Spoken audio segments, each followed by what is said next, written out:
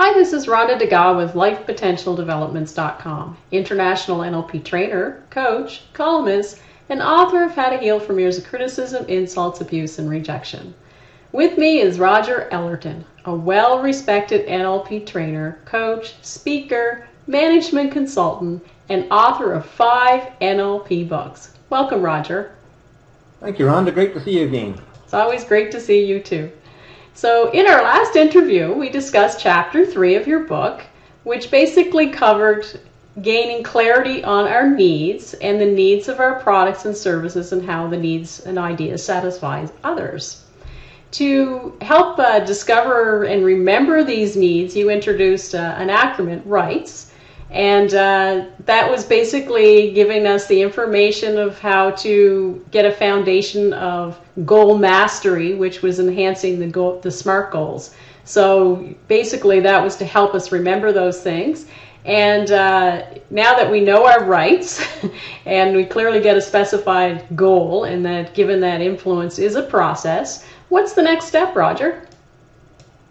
Thank you, Rhonda. A lot of people think, they're ready to go, and there's still lots to do at this time.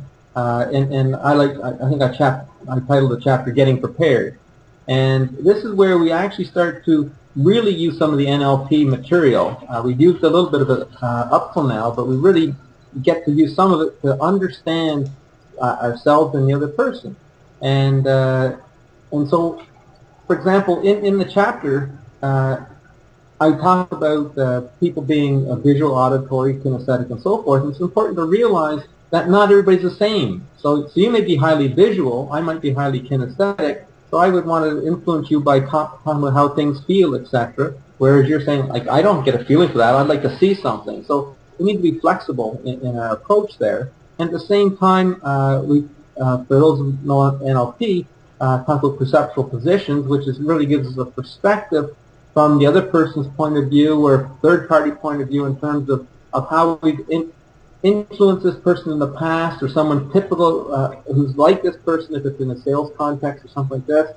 And then, of course, being prepared is, am I ready to engage in the influence situation? And so one of the things we can do is visualization. And, of course, in NLP, it's not just visual, it's also getting the feeling, the sounds, and everything, bring it all together. And then, of course, am I ready? Am I ready mentally? Because far too often people will engage maybe a parent or a boss or something like this in terms of a very important influence conversation, but they're not mentally ready to really engage them, and they go in with less in their resources. So those are some of the ideas that I touch on in this chapter. But I thought maybe you and I could really discuss something called meta-programs. Okay. And as you're well aware, a lot of NLP trainings do not cover them in the practitioner training, and I think they're very, very important for understanding other people that we're engaging in the conversation. And these, for the people who are new to meta programs, really operate at an unconscious level. So for the most part, you're not aware of how you're interacting with the world from a meta program point of view. And it's interesting that when the early researchers in NLP were actually putting together the idea of meta programs, they discovered that people who have similar meta programs really were able to establish rapport very, very quickly and reach agreement.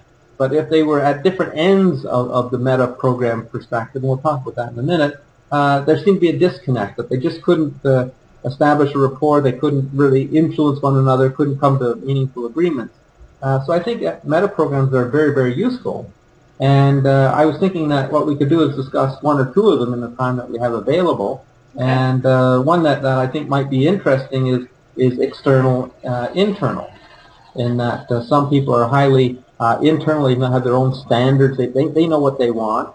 That's at one end of the spectrum. And then at the other end of the spectrum, you have people who are highly external. In other words, they don't only know what they want if somebody else tells them. So they rely on what experts' opinions are, what your opinions are, and so forth. And then, of course, you've got people in the middle who have a combination of the two. So I just wonder what your thoughts are on that particular meta program.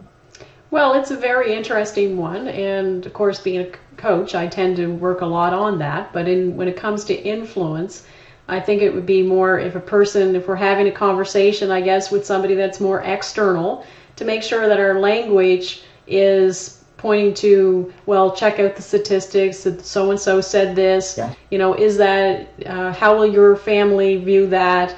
Something external rather than saying check within yourself to know.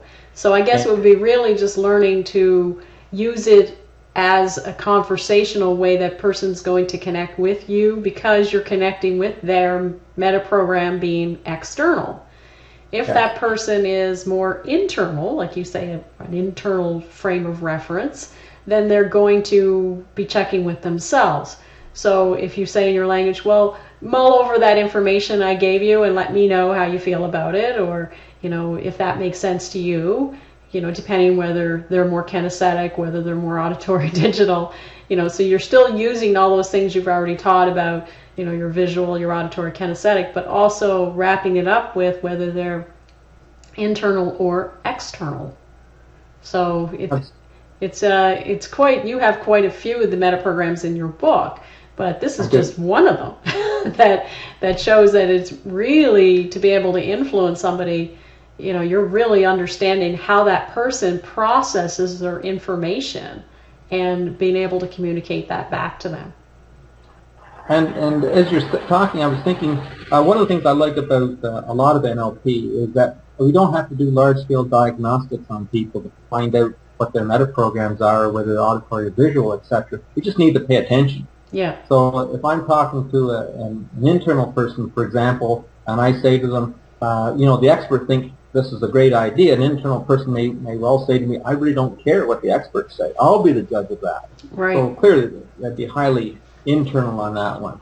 On the other hand, if I'm talking to an external person and I say something, well, what do you think about it? They may say, well, do you have an opinion on this? They may throw it back, or what do other people think, and so forth. So they're giving us clues all the time as to whether internal or external.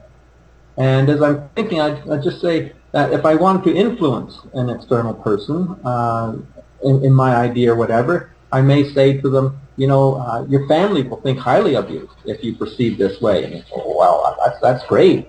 Whereas I said that to an internal person, that I don't care what they think. I'm doing or not doing according to my standards. So again, for the external person, it's about talking about how other people will perceive them, and they'll say, oh, or how other people have perceived this idea. The experts think this way to go, or Consumer Reports that has a really great write-up on this product. Okay, so that'll encourage an external person to pursue your idea further and potentially buy your idea or your product. Whereas if you say that to an internal person, they're going to, no, I don't care. So how do we influence an internal person is a good question. Would you like to address that? Well, I mean, most of the time it's really pacing, we talk about pacing and leading in NLP, of course, but pacing their model of the world, that if they're all internal, then really engage them into what their thoughts are and matching that too. So, even if they are really, really internal, if you match that, they can still take your information and check with themselves whether or not that information makes sense to them, whether or not they get a good feeling for it, whether or not they can see your point, depending on their visual, auditory, kinesthetic, and really allowing them to process that information for themselves and then feed it back to you, and then you can continue on in the influence process. So I would say really just respect their model of the world, respect that their opinions, and knowing that they are very strong internal, that they need to do that in order for them to feel that they're willing to even say, yeah, let's go with that. So I absolutely. Yeah, I would say if I might say to them, for example, here are a couple of options. I'd appreciate your thoughts on them, which will again get them to give me some feedback. I can see where they're going and so forth. Or if I have a product, I might say, here's a product I'd appreciate if you tried it and give me your thoughts on it. So they'll make up their mind.